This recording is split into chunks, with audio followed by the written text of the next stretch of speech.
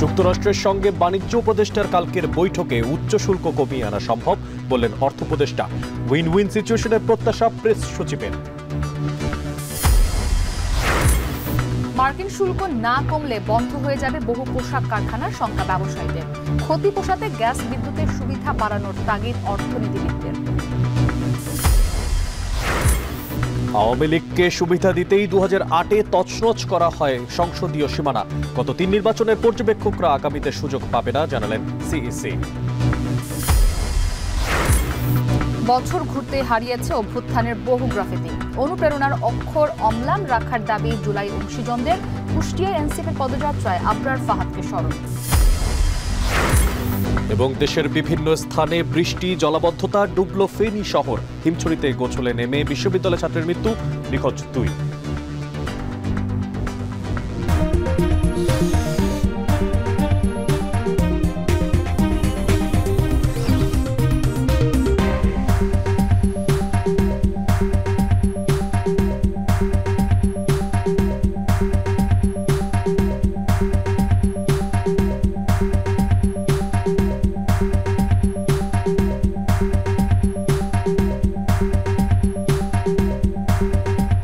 সবাইকে স্বাগত জানাচ্ছি এখন দুপুরে। পুরো আয়োজনে আপনাদের সঙ্গে আছি আমরা দুজন। এদিকটা আমি মশিউর অনিক এবং আমি ইসরাত মুক্তি। বাংলাদেশি পণ্যের ওপর 35% শুল্ক নির্ধারণ করলেন মার্কিন প্রেসিডেন্ট ডোনাল্ড ট্রাম্প। ওয়াশিংটনের সঙ্গে কোনো ধরনের চুক্তিতে না পৌঁছালে আগামী 1 আগস্ট থেকে যা কার্যকরের কথা রয়েছে। এ বিষয়ে বাংলাদেশ অন্তর্বর্তী সরকার প্রধান ডক্টর মোহাম্মদ ইউনূসকে চিঠি দিয়েছে হোয়াইট হাউস। বাংলাদেশ ছাড়াও 13 দেশের কাছে নতুন শুল্কের পরিমাণ জানিয়ে চিঠি পাঠিয়েছেন ট্রাম্প। জাহানারা ভুইয়ার প্রতিবেদন। যুক্তরাষ্ট্রের বাণিজ্যিক ঘাটতি কমাতে গত 2 এপ্রিল বিশ্বের বিভিন্ন দেশের উপর উচ্চ হারে শুল্ক আরোপ করেন মার্কিন প্রেসিডেন্ট ডোনাল্ড ট্রাম্প। সেই তালিকায় বাংলাদেশের পণ্যের উপর সম্পূরক শুল্ক বসানো হয় 37%। অবশ্য এর কয়েকদিন পরই এসব দেশে 90 দিনের জন্য শুল্ক স্থগিতের সিদ্ধান্ত নেন ট্রাম্প, যার সময়সীমা বুধবার পর্যন্ত। এই পরিস্থিতিতে বাংলাদেশ সহ 14টি দেশের উপর শুল্কের নতুন তালিকা প্রকাশ করেছে হোয়াইট হাউস, যেখানে বাংলাদেশি পণ্যে সম্পূরক শুল্ক 37% থেকে কমিয়ে নির্ধারণ করা হয়েছে 35%। গত 3 মাসের আলোচনায় শুল্কের পরিমাণ কমেছে কেবল 2% এবং তা আগামী 1 আগস্ট থেকে কার্যকরের কথা রয়েছে।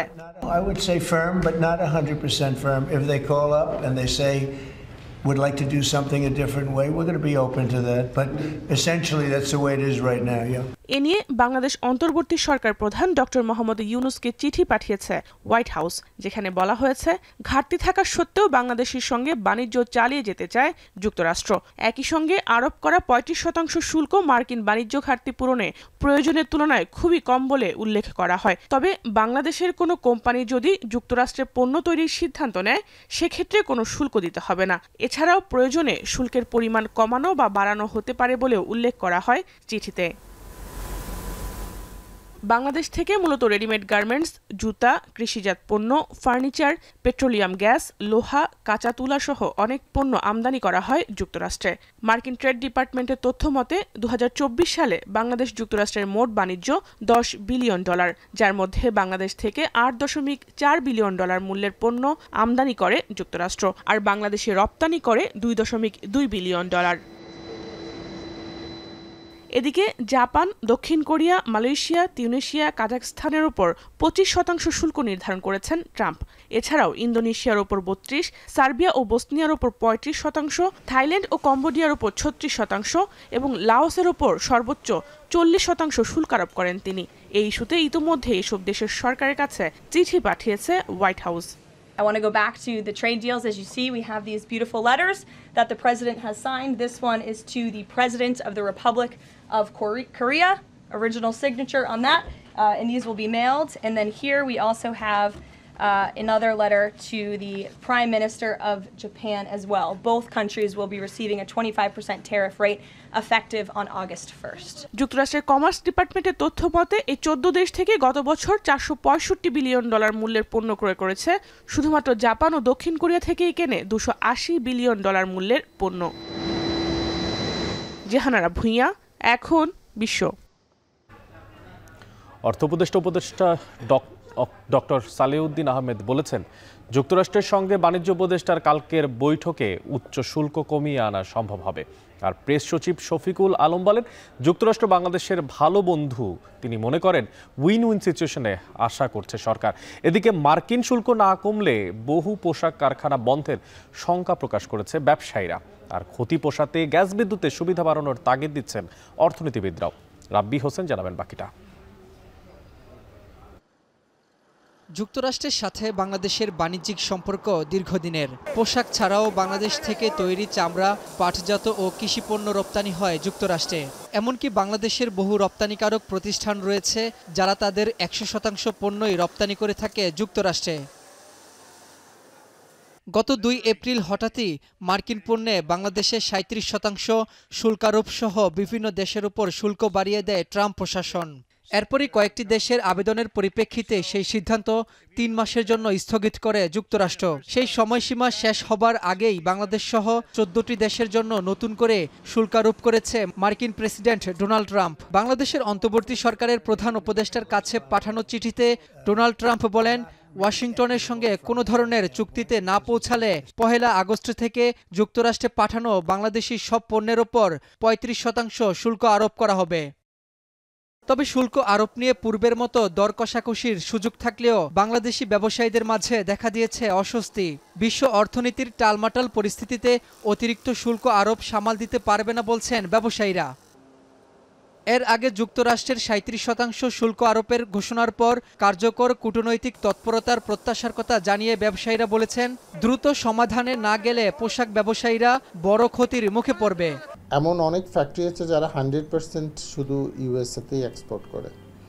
তো 37% ডিক্লারেশন তো আমাদের যেটা ছিল সেটার জন্যে কূটনৈতিক তৎপরতা চালানোর কথা ছিল সরকার, এবং যেটা আমরা আশা করছিলাম একটা রিজনেবল জায়গায় আসবে। এখন আমরা কম্পেয়ার করলে দেখা যাচ্ছে যে এটি ভিয়েতনামের চাইতেও অনেক বেশি। ট্যারিফ ইস্যুটা কনক্লুশনটা কবে নাগাদ হবে জানি না, যেহেতু আগামী 3 সপ্তাহ টাইম আছে, কারণ 1 তারিখ থেকে এটা ইমপ্লিমেন্টেশনের কথা। টাইমটার মধ্যে সরকারকে খুবই প্রোঅ্যাক্টিভ হতে হবে। যত প্রোঅ্যাক্টিভ হয় কত সরকার নিশ্চয়ই বিষয়টি বুঝছেন, কারণ এখানে অনেক ফ্যাক্টরি দ্রুত বন্ধ হয়ে যাবে, লক্ষ লক্ষ শ্রমিক বেকারত্ব বরণ করবে এবং এক ধরনের সামাজিক বিশৃঙ্খলা তৈরি হবে। কারণ একসাথে কয়েক লাখ শ্রমিকের বেকারত্ব তো আসলে আমার সমাজ তো বইতে পারবে না। এদিকে কূটনৈতিক তৎপরতার পাশাপাশি দীর্ঘমেয়াদে শুল্কারোপ এড়াতে যুক্তরাষ্ট্র ছাড়াও বিকল্প বাজার খোঁজার তাগিদ দিয়েছেন অর্থনীতিবিদরা। পোশাক শিল্পের উপর নির্ভরতা কমানোর তাগিদও দেন তারা। সেই হিসাবে বাংলাদেশের জায়গা থেকে যতটাই নেগোসিয়েট করা হোক, যতটাই তথ্যপত্র দেওয়া হোক, তারা কতটা সরে আসবে এটা কিন্তু আমাদের চিন্তা করতে হবে। আমাদের যে চিপ লেবার ছিল ওই জায়গাটাতেও কিন্তু আমাদের রেট বাড়াতে হয়েছে। তার উপর যদি একটা শুল্কর বাড়তি বোঝা থাকে, তাহলে নিঃসন্দেহে যারা ছোট ছোট কোম্পানি ধরেন যারা আর কি আউটসোর্সিংয়ের কাজ করতো, তারা কিন্তু অনেকটা এখান থেকে তাদের ব্যবসা গুটিয়ে নিতে হবে। রপ্তানির ক্ষেত্রে বৈচিত্র্য যেহেতু নেই, তার মানে বৈচিত্র্যটা আনতে হবে। এটা মোটামুটি বহুমুখীকরণের কথা, এটা বহু বছর ধরেই বলা হয়েছে। এখন আমাদের আসলে পোশাক শিল্পের পাশে অন্যান্য যে শিল্পগুলো রয়েছে সেই শিল্পগুলোর ক্ষেত্রে কিছুটা প্রণোদনা দেওয়া, কিছুটা সাপোর্ট দেওয়া, সেগুলোর মাধ্যমে কিভাবে সেই শিল্পগুলোর উপরে এক ধরনের আমাদের কিছুটা ইতিবাচক পরিবর্তন আসার বিষয়টা, এবং আমাদের যে বিগ বাস্কেট যেটা পোশাক শিল্পের উপর, সেখান থেকে কিছুটা বহুমুখীকরণ করার যে প্রক্রিয়া, এটা আমাদের চলতেই হবে। এদিকে বাংলাদেশি পণ্যের শুল্কারোপ নিয়ে যুক্তরাষ্ট্রের ইউএসটিআর এর সঙ্গে বাণিজ্য উপদেষ্টার বৈঠক থেকে ভালো কিছু আসবে বলে আশা প্রকাশ করেন প্রেস সচিব শফিকুল আলম। যুক্তরাষ্ট্র বাংলাদেশের ভালো বন্ধু উল্লেখ করে তিনি বলেন, উইন সিচুয়েশন আশা করছে সরকার। আমাদের তো টকস এখনো তো শেষ হয়নি।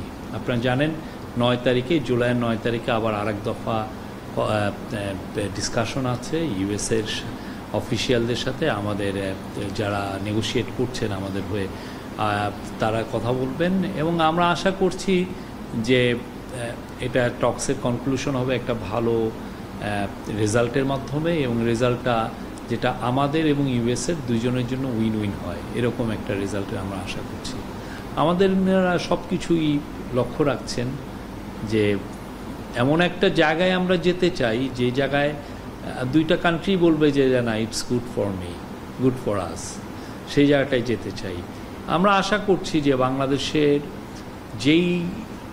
এটা যেইখানেই কনক্লুশন হবে, আমরা আশা করছি যে ইট উইল লিড টু এ মানে আমাদের better market access in USA, আমরা আরও বেশি এক্সপোর্ট আইটেম রপ্তানি করতে পারবো।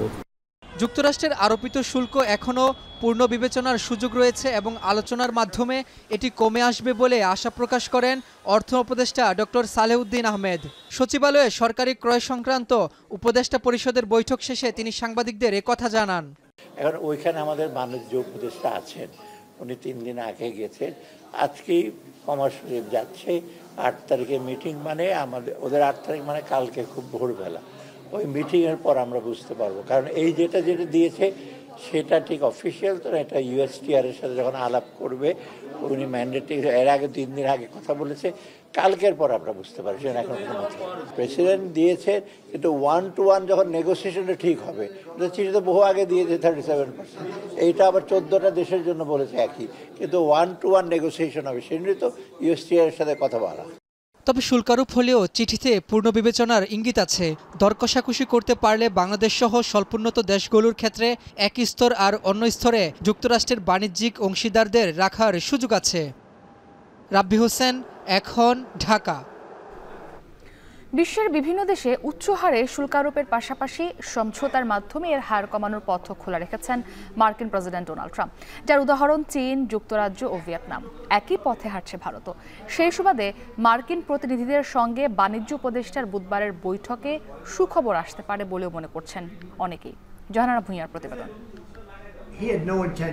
ক্ষমতায় এসে বিশ্বব্যাপী আমদানি পণ্যে সম্পূরক শুল্কারোপের মাধ্যমে বাণিজ্য যুদ্ধ শুরু করেন মার্কিন প্রেসিডেন্ট ডোনাল্ড ট্রাম্প। তবে বিভিন্ন দেশের পণ্যে উচ্চ হারে শুল্কারোপ করলেও আলোচনা ও বাণিজ্য চুক্তির মাধ্যমে এর হার কমানোর পথ খোলা রাখেন তিনি।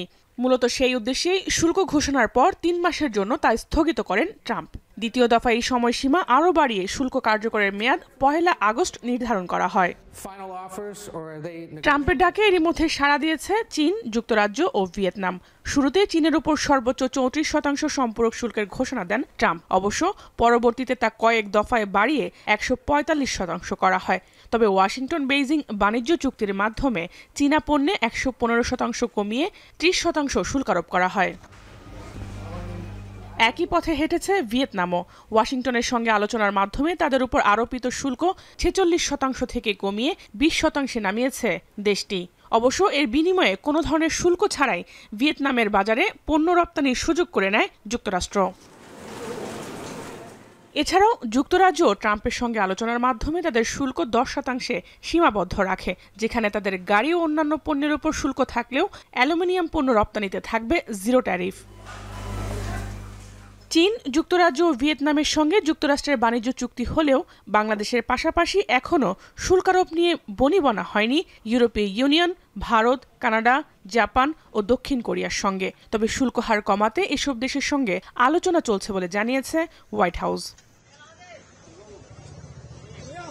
অবশ্য ভারতে মার্কিন শুল্ক কমাতে ওয়াশিংটনের সঙ্গে আগামী 2-1 দিনের মধ্যেই চুক্তির আশা নয়াদিল্লির। ভারতের বেশ কয়েকটি সংবাদ মাধ্যমে উঠে এসেছে এমন তথ্য। সেক্ষেত্রে দেশটির উপর শুল্ক হার 26% থেকে কমে 10% নামতে পারে বলে আভাস পাওয়া যাচ্ছে।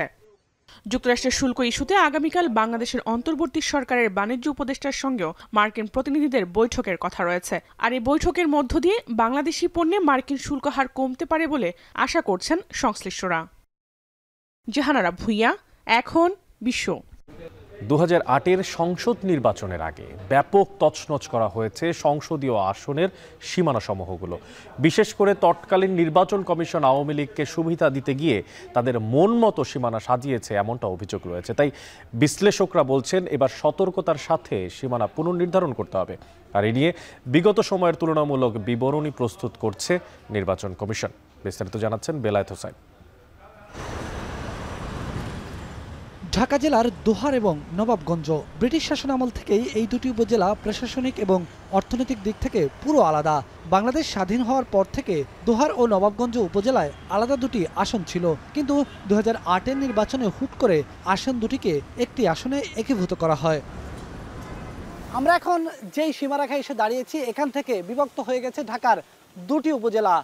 যদিও এই দুই উপজেলাকে মিলে একটি সংসদীয় আসনে এক করে দেওয়া হয়েছে। এখানকার মানুষ বলছেন একসময় এই দুই উপজেলা মিলে দুটি আসনই ছিল, তাহলে কার স্বার্থে এই দুই উপজেলার মানুষকে একটি আসনে এনে সীমাবদ্ধ করে দেওয়া হয়েছে? 8টি ইউনিয়ন পরিষদ ও একটি পৌরসভা নিয়ে গঠিত দোহার উপজেলা, অন্যদিকে 14টি ইউনিয়ন নিয়ে গঠিত নবাবগঞ্জ উপজেলা। দুটি আসন এখন একটিতে পরিণত হওয়ায় দুই উপজেলায় সরকারি বরাদ্দ কমেছে। এছাড়া একজন সংসদ সদস্যের পক্ষে এত বিস্তৃত এলাকার সব অধিবাসীকে যথাযথভাবে সেবা দেওয়া সম্ভব নয় বলে মনে করেন দুই উপজেলার ভোটাররাই। দুইটা করলে ধন একটা এমপি যা আনতে পারবো, দুইটা আমি তার বেশি আনতে পারবো, দেশে কাজ বেশি করতে পারবো। দুইটা এমপির চাপ একটা লোকের ঘাড়ে যায় পড়ে, তো দুইজন লোকের কাজ তো আসলে একজন করতে পারে না। সংশ্লিষ্টদের প্রশ্ন, একটি আসনে সীমাবদ্ধ রাখা দোহার এবং নবাবগঞ্জ দুই উপজেলার আয়তন মিলে যেখানে প্রায় 400 বর্গ কিলোমিটার, সেখানে মাত্র 167 বর্গ কিলোমিটারের কেরানীগঞ্জ উপজেলাকে ভাগ করে কেন দুটি আসন করা হয়েছে? এখানে বিষয়টা হচ্ছে যে এটা যারা করছে তারা একটা মানে অসৎ উপায়ে নির্বাচনের ফলাফল বের করার জন্য এটা করছে। 2008 সালের নির্বাচনের আগ পর্যন্ত কুমিল্লার সদরের কিছু অংশ এবং সদর দক্ষিণ উপজেলা নিয়ে গঠিত ছিল কুমিল্লা 9 আসন। পরের কয়েক ধাপে এই আসনটিকে ভেঙে খণ্ড খণ্ড করে 3টি আসনের সাথে যুক্ত করে দেওয়া হয়, ফলে আসনটির অস্তিত্ব একেবারে বিলুপ্ত হয়ে যায়। আমি যে ইউনিয়নের বাসিন্দা, কত বড় অন্যায়, কত বড় জালিয়াত! আমার নিজ ইউনিয়নটা দিল আরেকটা আসনের সাথে, মানে আমি আসনবিহীন হয়ে পড়লাম। আমার এক ইউনিয়ন দিল শহরের লাগে, তা আমার যদি ঠিকানাই যদি মূল ব্যাপার হয় তাহলে আসন তো থাকে না। অভিযোগ রয়েছে 2008 সালের নির্বাচনে আওয়ামী লীগকে বাড়তি সুবিধা দিতে কম বেশি 150 আসনে হাত দেয় তৎকালীন নির্বাচন কমিশন। এক উপজেলার অংশ কেটে যেমন অন্য আসনের সঙ্গে যোগ করা হয়, তেমনি বিএনপির ভোট বেশি এমন কিছু আসন কার্যত বিলুপ্ত করা হয়। তখনকার নির্বাচন কমিশন এগুলো ওরা যেভাবে বলে দিয়েছে সেভাবে করেছে, সীমানা তারা পুনর্বিন্যাস করেছে সুবিধা অনুযায়ী। তো সেগুলো এখন একটা রেশনাল জায়গায় আসতে হবে। এক দেখতে হবে পপুলেশন, আর দেখতে হবে জিওগ্রাফিক্যাল কন্টিগুইটি। এই সীমা নির্ধারণের ক্ষেত্রে একটা জটিলতা এটা হতে পারে। এখন যে প্রস্তাব করা হচ্ছে 100 আসন বৃদ্ধি, মহিলাদের সরাসরি নির্বাচন, এগুলো করলে তো নতুন ধরনের বিন্যাস হবে। আবার এটা নির্বাচন কমিশনের সাংবিধানিক দায়িত্ব, কিন্তু আমরা বলেছি ভবিষ্যতে সংবিধান সংশোধন করে এই দায়িত্বটা এটা বিশেষ কমিটির উপর দেওয়া দরকার, বিশেষায়িত কমিটির উপর দেওয়া দরকার। যেমন এই কমিটিতে থাকতে হবে ভূগোলবিদ থাকতে হবে, পপুলেশন এক্সপার্ট থাকতে হবে, জেএস সিস্টেমে যারা এক্সপার্ট সেই ধরনের এক্সপার্টদেরকে নিয়ে থাকতে হবে। নির্বাচন কমিশন সূত্র বলছে 2001, 2008, 2013, 2018 ও 2014 সালে কোন আসনে কি ধরনের পরিবর্তন করা হয়েছে তার তুলনামূলক বিবরণী প্রস্তুত করেছে ইসি। নির্বাচন বিশ্লেষকদের মতে আসন্ন জাতীয় সংসদ নির্বাচনের আগে সবচেয়ে জটিল কাজ হবে সীমানা পুনর্নির্ধারণের কাজ, তাই এটিকে সমাধান করতে হবে অত্যন্ত সুচারুভাবে। আসন বণ্টনের ক্ষেত্রে ঢাকা শহরে জনসংখ্যা অনুপাতে যদি আসন দেন আপনি, ঢাকা শহর অনেক বেশি আসন পেয়ে যাবে, সেটা করা উচিত হবে না।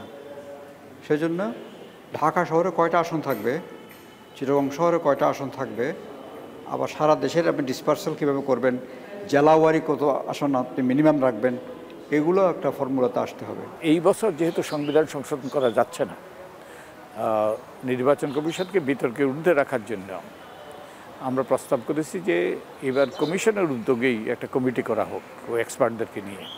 ওই কমিটি এই সীমানা উদ্ধারণের কাজটা করবে।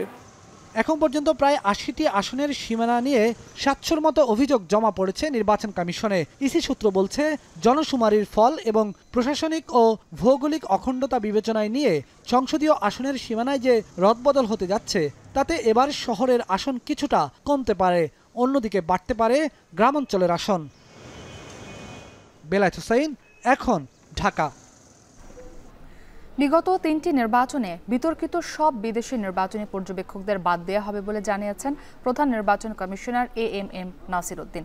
সকালে নির্বাচন ভবনে বাংলাদেশে নিযুক্ত কানাডার হাই কমিশনের প্রতিনিধি দলের সাথে বৈঠক শেষে এ কথা জানান তিনি। বলেন, আগামীর সংসদ নির্বাচন অবাধ, সুষ্ঠু ও নিরপেক্ষ করতে সিদ্ধান্ত নেওয়া হয়েছে। তিনি আরও জানান, নির্বাচনী প্রচারে এআই প্রযুক্তি ব্যবহারে সচেতনতা সহ এর অপব্যবহার ঠেকাতে ইসিকে সহযোগিতা করবে কানাডা। বৈঠকে ভোটের সময়সূচি নিয়ে আলাপ না হলেও কমিশন যথাসময়ে তা জানাবে বলেও জানান তিনি। এর আগে জুনের শেষে বিএনপি এবং জামায়াতের সাথে সাক্ষাৎ করে কানাডিয়ান হাই কমিশনের প্রতিনিধি দল।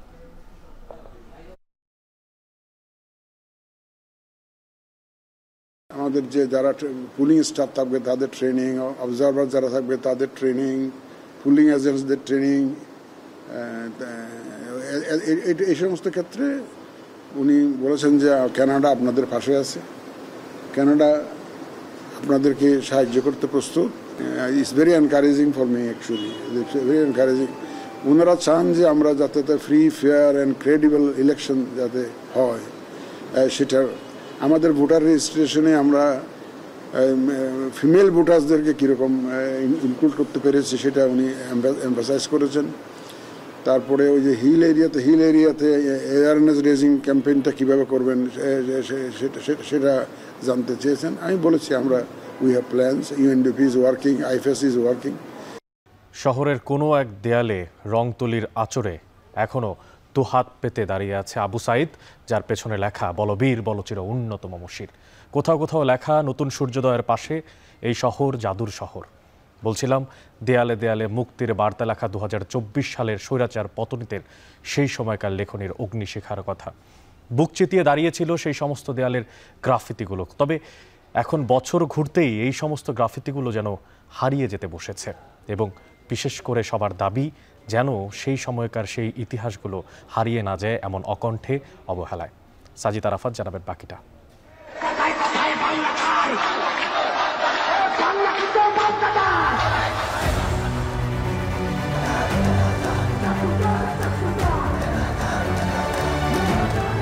এবার পথে নামো, হাতের মুঠো খুলে প্রতিরোধ হোক শুধু মানুষের দেখানো বিক্ষোভে। স্ফুলিঙ্গ থেকে দাবানল আসছে, প্লিজ কেউ কাউকে ছেড়ে যায়েন না।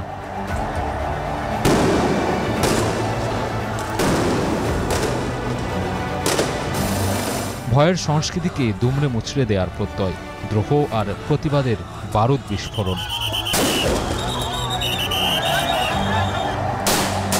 বুলেটের সামনে বুক পেতে দেয়া আর বুলেট বিদ্ধ ঝাঁঝরা দেহ, এসবই জুলাইয়ের দগদগে স্মৃতি।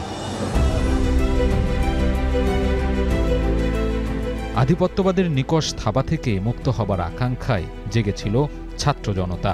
সেই দ্রোহকে বুকে ধারণ করেছিল শহরের দেয়ালও। শ্যাওলা জমা দেয়ালে ঠাঁই পায় প্রতিবাদী লেখনী।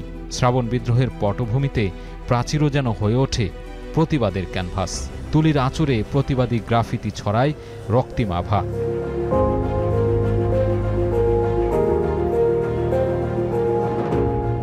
বুলেটের বিপরীতে তারুণ্যের অনুপ্রেরণা ছিল রংতুলি। দেয়ালে দেয়ালে মুক্তির বারতা ছড়িয়ে দিয়েছিলেন তরুণরা। ভয়কে জয় করে তাদের আঁকা গ্রাফিতি অগ্নিশিখা হয়ে জ্বলেছিল গণমানুষের মনে। মিছিলের সাথে সাথে ঘুরে ঘুরে গ্রাফিতি আঁকতাম, কারণ যদি একা পায় পুলিশ ধরে নিয়ে যাবে।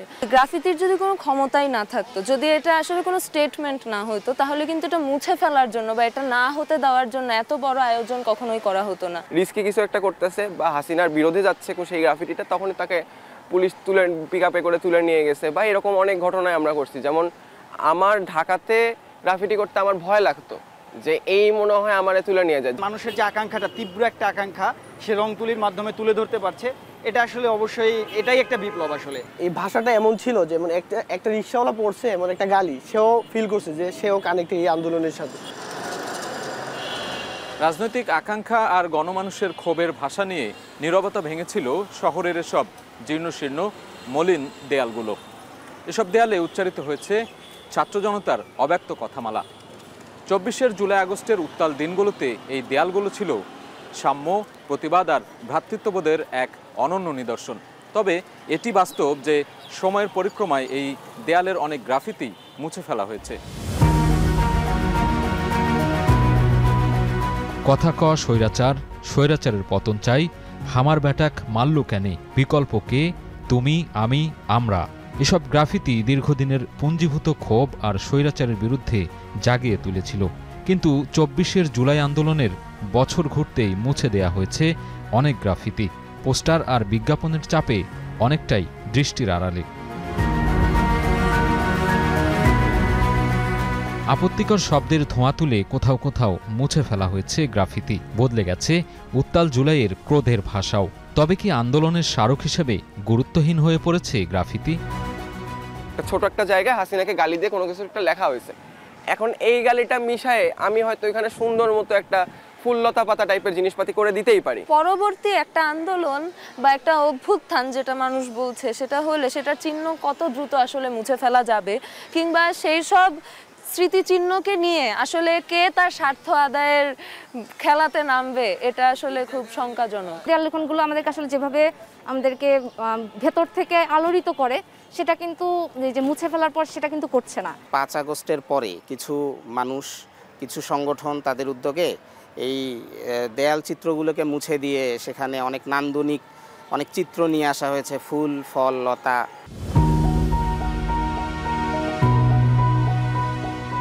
অতীতের রাজনৈতিক বন্দনা আর তোষামোদের স্লোগান মুছে নতুন যে বার্তা স্থান পেয়েছে দেয়ালে, তা বদলে না ফেলার আহ্বান সবার কণ্ঠে। দেয়ালের এই গ্রাফিতি অনাগত দিনগুলোতে স্বৈরাচার পতনের রক্তিম দিনের স্মৃতিকে জলজলে করে রাখবে।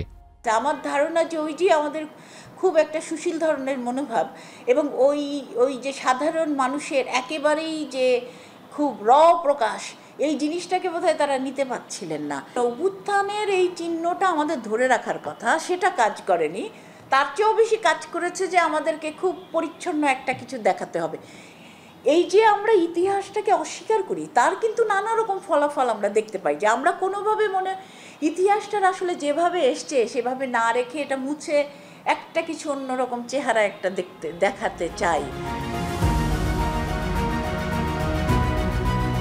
24-এর গণ অভ্যুত্থানের সৃষ্টিশীল স্বাতন্ত্র্যকে ধারণ করে সচিত্র দলিল হিসেবে থাকবে শহরের দেয়ালগুলো। বিদ্রোহে বিপ্লবে যোগাবে অনুপ্রেরণা। সাজিদ আরাফাত, এখন, ঢাকা।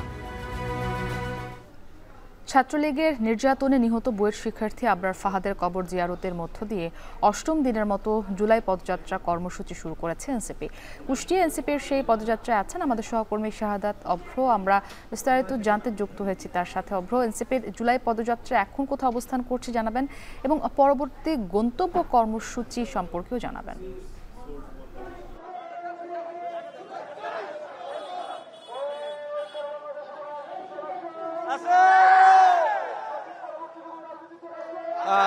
এখন জুলাই যে পদযাত্রা সেটি কিন্তু হচ্ছে কুষ্টিয়ার বড় বাজার যেটি আছে সেই বড় বাজারে আছে। আর এই যে পুরো জায়গা জুড়ে কিন্তু এই মুহূর্তে এনসিপি স্লোগান হচ্ছে। আর আমি যদি একটু কথা বলতে চাই, যদি যে নাহিদ ভাই কোন দিকে যাচ্ছেন আপনারা? এই মুহূর্তে কিন্তু বলা চলে যে পুরো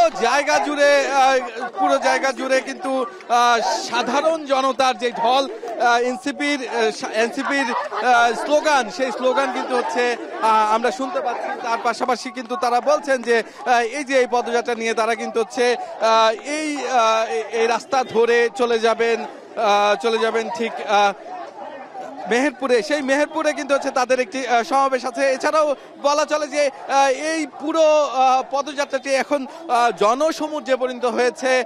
বিশেষ করে বলতে চাই যে নারী যারা আছেন তাদেরও কিন্তু বেশ অংশগ্রহণ আমরা লক্ষ্য করছি এবং তারা কিন্তু তাদের এই পদযাত্রা থেকে বার্তা দিচ্ছেন কুষ্টিয়াবাসীকে যে এনসিপি যে আছে সেই তাদের পক্ষ থেকে কিন্তু হচ্ছে শুভেচ্ছা জানিয়েছেন নাহিদ ইসলাম। এছাড়াও যদি জানিয়ে রাখতে চাই যে কিছুক্ষণ আগে কিন্তু তারা ছিলেন কুমারখালীতে, যেখানে কিনা শহীদ আবরার ফাহাদের কবর জিয়ারত করেছে এনসিপির নেতাকর্মী এবং তারা কিন্তু বলছেন যে কোনো মূল্যেই হোক এদেশের মাটিতে জুলাই অভ্যুত্থানে যারা শহীদ হয়েছে তাদের কিন্তু বিচার করা হবে। আমরা একটু কথা বলতে চাই এনসিপির যে নেতৃবৃন্দ আছে সেই নেতৃবৃন্দর সাথে। আমার সাথে আছে শিশির ভাই শুনতে চাই আপনাদের এই কর্মসূচি এখন কোন দিকে যাচ্ছে? আমরা উত্তরবঙ্গের 16টি জেলা ইতিমধ্যে সফলভাবে সম্পন্ন করেছি। জনগণের স্বতঃস্ফূর্ত অংশগ্রহণে লাখ লাখ জনগণ আমাদের সাথে সাড়া দিয়েছে, হাজার হাজার জনগণ আমাদের সাথে সাড়া দিয়েছে।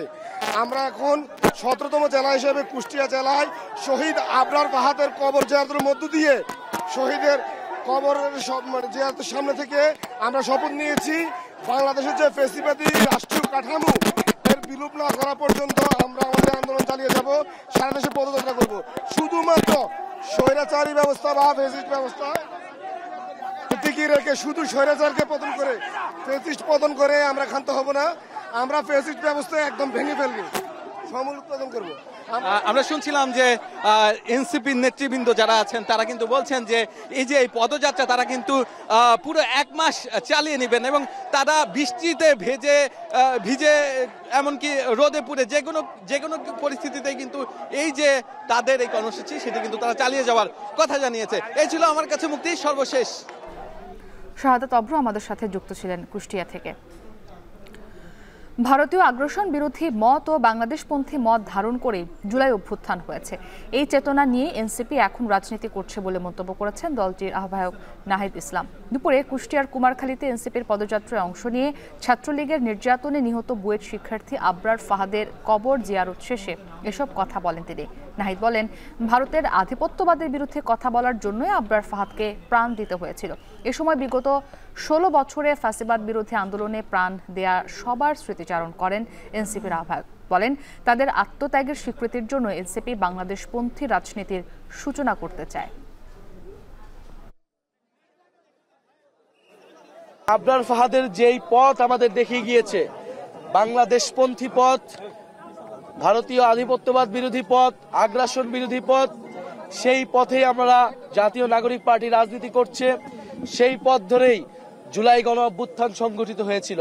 ফলে আবরার ফাহাদ থেকে আবু সাইদ, সেই সকল শহীদদেরকে আমরা স্মরণ করি। সাগরে সৃষ্ট লঘুচাপের প্রভাবে ভারী বর্ষণ হচ্ছে উপকূল সহ দেশের বিভিন্ন অঞ্চলে। টানা বৃষ্টিতে পানি বেড়েছে নদ নদীতে, তলিয়েছে গুরুত্বপূর্ণ সড়ক, অফিস, আদালত, স্কুল, কলেজ ও ব্যবসা প্রতিষ্ঠান। ভোগান্তিতে পড়েছেন শিক্ষার্থী, কর্মজীবী, ব্যবসায়ী সহ ঘরের বাইরে বের হয়েছেন এমন সবাই। বৈরী আবহাওয়ার কারণে সমুদ্র বন্দরকে 3 ও নদী বন্দরকে 1 নম্বর সংকেত দেখিয়ে যেতে বলা হয়েছে। প্রতিবেদনে বিস্তারিত। 24 ঘন্টার বেশি সময় ধরে বিরামহীন বৃষ্টির কবলে ফেনী। দুপুর 12টা পর্যন্ত গত 24 ঘন্টায় জেলায় 347 মিলিমিটার বৃষ্টির রেকর্ড করেছে আবহাওয়া অফিস, যা চলতি মৌসুমে সর্বোচ্চ। টানা বৃষ্টির কারণে শহরের রামপুর শাহিন একাডেমি, পাঠানবাড়ি, নাজির রোড, পেট্রো বাংলো সহ বিভিন্ন এলাকায় তৈরি হয় জলাবদ্ধতা। এতে দুর্ভোগে পড়েন স্কুলগামী শিক্ষার্থী ও কর্মজীবীরা। ভারী বর্ষণে বাড়ছে সীমান্তবর্তী মহুরী, কহুয়া ও সিলোনিয়া নদীর পানি। এদিকে নোয়াখালীতে 126 মিলিমিটার বৃষ্টিতে তলিয়ে গেছে বিভিন্ন সড়ক, অফিস, আদালত ও ব্যবসা প্রতিষ্ঠান। কালকে রাত থেকে এখানে অনেক বৃষ্টির পর থেকে পানি সরার কোনো ইয়ে নেই। রাতও অনেক বৃষ্টি ছিল, সকালেও বৃষ্টির কারণে মানুষের চলাফেরা কষ্ট হয়ে যেতেছে। এটা হচ্ছে আমার ঘর, 1 ঘন্টা বৃষ্টি হলে 7 দিন লাগে পানি নামতে, অথচ পৌরসভা ইচ্ছা করলে একটু যদি আমাদের সুনজর দিত তাহলে আমাদের করুণ অবস্থা হইতো না। রাস্তাঘাটের অবস্থা তো ভয়াবহ ভাই, কোনো রাস্তা নাই, ড্রেন নাই, একটু বৃষ্টি হইলেই পুরো রাস্তা পানি। দক্ষিণ পশ্চিম মৌসুমি বায়ুর কারণে ভারী বৃষ্টি হয়েছে পটুয়াখালী জেলায়। সকাল 9টা পর্যন্ত গত 24 ঘন্টায় জেলায় 215 মিলিমিটারের বেশি বৃষ্টি হয়েছে। সবুজবাগ, নতুন বাজার ও তিতাস মোড় সহ শহরের বিভিন্ন স্থানের সড়কে দেখা দেয় জলাবদ্ধতা।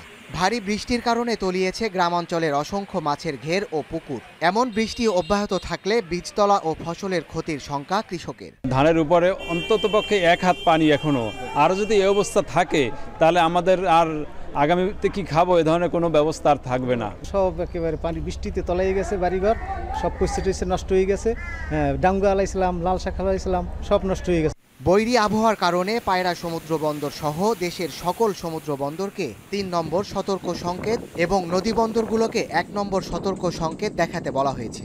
এছাড়া উপকূলীয় অঞ্চলের মাছ ধরা ট্রলারকে নিরাপদ আশ্রয়ে থাকার নির্দেশ দিয়েছে আবহাওয়া বিভাগ। সাদাত শাহেদ, এখন। রাত থেকে ভারী বর্ষণের কবলে ফেনী। টানা বর্ষণে শহরের বিভিন্ন স্থানে তৈরি হয়েছে জলাবদ্ধতা। হাঁটু পর্যন্ত বিভিন্ন সড়ক তলিয়ে থাকায় বেড়েছে দুর্ভোগ। এ নিয়ে আরও জানাতে ফেনী শহর থেকে যুক্ত হয়েছেন সুলাইমান ডালিম। ডালিম, বৃষ্টি নিয়ে আবহাওয়া অফিসের পূর্বাভাস কি বলছে এবং দুর্গতদের সহায়তায় প্রশাসন সেখানে কি ধরনের ব্যবস্থা নিচ্ছে? এটি ফেনী শহরের প্রধানতম সড়ক, শহীদ শহীদুল্লাহ কায়সার সড়ক। এখন এই সড়কে কিন্তু কোমর পরিমাণ পানি, সকালে যেটি হাঁটু পরিমাণ পানি ছিল, ক্রমাগত ফেনী শহরের বিভিন্ন সড়কে কিন্তু পানি বাড়তেই আছে। সকাল থেকে কিন্তু মানুষের যে ভোগান্তি সেটি কিন্তু আপনারা দেখতেই পাচ্ছেন সীমা ছাড়িয়ে যাচ্ছে। যারা স্কুল, কলেজ এবং বিভিন্ন চাকরি অথবা বিভিন্ন প্রতিষ্ঠানে যারা চলাচল করছেন তারা কিন্তু একদমই পরিবহনে চলাচল করতে পারছেন না। রিক্সা ছাড়া কিন্তু শহরে আর কোনো ধরনের পরিবহন কিন্তু চলাচল করছে না। শহরের শুধুমাত্র ট্রাঙ্ক রোড ছাড়া অধিকাংশ সড়কে কিন্তু ইতিমধ্যেই তলিয়ে গেছে। আমরা কথা বলেছি আবহাওয়া অফিসের সাথে, তারা আমাদেরকে যেমনটি জানিয়েছে যে গত 24 ঘন্টায়, গতকাল দুপুর থেকে আজকে দুপুর পর্যন্ত 24 ঘন্টায় বৃষ্টিপাত হয়েছে 347 মিলিমিটার, যেটি সকালে ছিল 233 মিলিমিটার। আবহাওয়া অফিস যেটি বলছেন যে এটি হচ্ছে যে ফেনীতে সর্বোচ্চ বৃষ্টিপাত এই চলতি মৌসুম অথবা চলতি বছরে। আমরা এই যে দুর্ভোগের যে পরিস্থিতি শহর জুড়ে দেখছি, এই পরিস্থিতিতে কিন্তু আমরা ফেনীর যে পৌর প্রশাসনের কাউকে কিন্তু দেখছি না। সাধারণ মানুষ যেটি বলছেন যে মানুষের যে ভোগান্তি, এই ভোগান্তিতে পৌর প্রশাসনের অবহেলা এবং পৌর প্রশাসনের যে ঘাটতি কাজের, সেটি কিন্তু সাধারণ মানুষ অভিযোগ করছেন। ফেনীতে 144টির মতো খাল এবং রয়েছে এবং শহরে বিভিন্ন ড্রেনেজ ব্যবস্থা রয়েছে। সাধারণ মানুষ মনে করেছেন যে 2024-এর যে অভিজ্ঞতা ফেনীবাসীর, সেই অভিজ্ঞতাকে কাজে লাগিয়ে কিন্তু পৌর প্রশাসন, জেলা প্রশাসন, সর্বোপরি পানি উন্নয়ন বোর্ড যে ধরনের উদ্যোগ নেওয়ার কথা, খালগুলো, ড্রেনেজ ব্যবস্থাগুলো উন্নয়ন করার কথা, সেই খালের এবং ড্রেনেজ ব্যবস্থার উত্তরণের জন্য যে উদ্যোগ, সেটি কিন্তু প্রশাসন থেকে সাধারণ মানুষ দেখেনি বলে অভিযোগ করছে। অপরদিকে ফেনীর সীমান্তবর্তী যে 3টি নদী রয়েছে, মুহুরী, কৌ এবং সিলুনিয়া, সেই নদীগুলোর পানিও কিন্তু ক্রমাগত বাড়ছে, যার ফলশ্রুতিতে কিন্তু সেসব এলাকায় কিন্তু দুর্ভোগ কিন্তু বাড়ছে। সব মিলিয়ে ফেনীর যে পরিস্থিতি সেটি ক্রমাগতই খারাপ হচ্ছে। সকালে যেখানে হাঁটু পরিমাণ পানি ছিল, এখন সেখানে কোমর পরিমাণ পানি, হয়তো আরো 2 ঘন্টা পরে পানি হয়তো বুক পরিমাণও উঠবে বলে সাধারণ মানুষ মনে করছেন। তো এই ছিল ফেনীর এসএসকে রোড থেকে ফেনীর বন্যা এবং প্লাবন এবং বর্ষণ পরিস্থিতির সর্বশেষ। 6 দফা দাবিতে দেশের বিভিন্ন জেলায় অবস্থান কর্মসূচি পালন করছেন স্বাস্থ্য সহকারীরা। দাবি না মানলে সেপ্টেম্বর থেকে কঠোর আন্দোলনের হুঁশিয়ারি দিয়েছেন বিক্ষুব্ধরা। চট্টগ্রামের সিভিল সার্জন কার্যালয়ের সামনে অবস্থান কর্মসূচি পালন করেন স্বাস্থ্য সহকারীরা। 6 দফা দাবি সম্বলিত ব্যানার হাতে নিয়ে আন্দোলনকারীরা জানান, পেশাগত মর্যাদার দিক থেকে দীর্ঘদিন ধরে তারা অবহেলিত। পদবৈষম্যের পাশাপাশি পদমর্যাদাতেও রয়েছে বৈষম্য। এদিকে ময়মনসিংহে বৈরী আবহাওয়া উপেক্ষা করে বিভিন্ন উপজেলার স্বাস্থ্য সহকারীরা 2 ঘণ্টা অবস্থান কর্মসূচি পালন করেন। টাঙ্গাইলেও একই দাবিতে অবস্থান কর্মসূচি পালন করেন স্বাস্থ্য সহকারীরা। জেলা সদরে এই কর্মসূচিতে অংশ নেয় 12 উপজেলার 350 আন্দোলনকারী। নোয়াখালীতে সিভিল সার্জনের কার্যালয় ঘেরাও করে অবস্থান কর্মসূচি থেকে ইপিআই টিকা কার্যক্রম সহ মাঠ পর্যায়ের স্বাস্থ্যসেবা ও যাবতীয় কার্যক্রম বন্ধের হুমকি দেন তারা।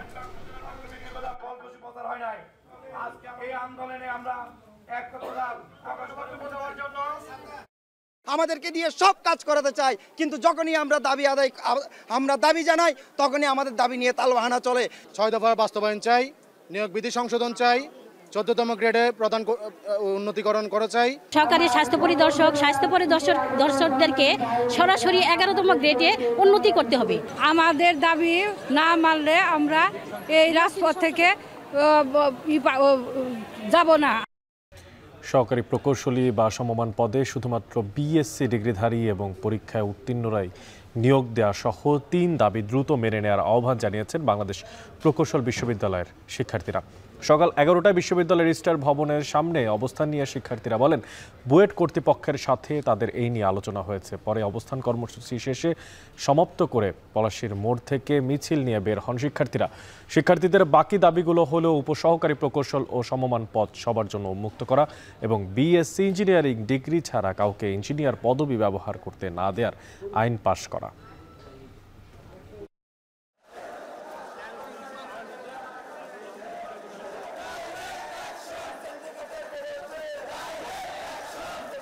প্রথম দফা দাবি হচ্ছে নবম গ্রেডে প্রমোশনের ক্ষেত্রে প্রার্থীকে অবশ্যই বিএসসি ডিগ্রিধারী হতে হবে এবং পরীক্ষার মাধ্যমে প্রমোশন পেতে হবে। এই জায়গায় কোনো প্রকার কোটা বা সুবিধা দেওয়া যাবে না। গেজেট অনুসারে শুধুমাত্র বিএসসি ইঞ্জিনিয়ারিং ডিগ্রিধারীরা প্রকৌশলী পদবি ব্যবহার করতে পারেন, যা মাঠ পর্যায়ে মানা হচ্ছে না। এবার খেলার প্রসঙ্গ। 3 ম্যাচ ওয়ানডে সিরিজের শেষ ম্যাচে টস জিতে ব্যাট করার সিদ্ধান্ত নিয়েছে স্বাগতিক শ্রীলঙ্কা। সিরিজ নির্ধারিত এই ম্যাচে একটি পরিবর্তন নিয়ে মাঠে নেমেছে বাংলাদেশ। মূলত হাসান মাহমুদের পরিবর্তে এবার একাদশে ফিরেছেন পেসার তাসকিন আহমেদ। এই ম্যাচ দিয়ে দীর্ঘ 1 বছর পর আবার সিরিজ জয়ের স্বাদ নিতে চায় বাংলাদেশ। গেল বছর লঙ্কানদের বিপক্ষেই সবশেষ ওয়ানডে সিরিজ জিতেছিল বাংলাদেশ দল। এরপর থেকেই ব্যর্থতার বৃত্তে ঘুরপাক খাচ্ছে এই দলটি। তবে প্রেমাদাসায় সবশেষ ম্যাচে জয় বাংলাদেশকে দিয়েছে বাড়তি আত্মবিশ্বাস। সেই সঙ্গে ক্যান্ডিতে আজ বাংলাদেশের সামনে ইতিহাস করার হাতছানি। এর আগে কখনোই শ্রীলঙ্কার মাটিতে সিরিজ জেতা হয়নি, আর সেই অভিজ্ঞতাও নিশ্চিতভাবেই নিতে চাইবে টাইগাররা।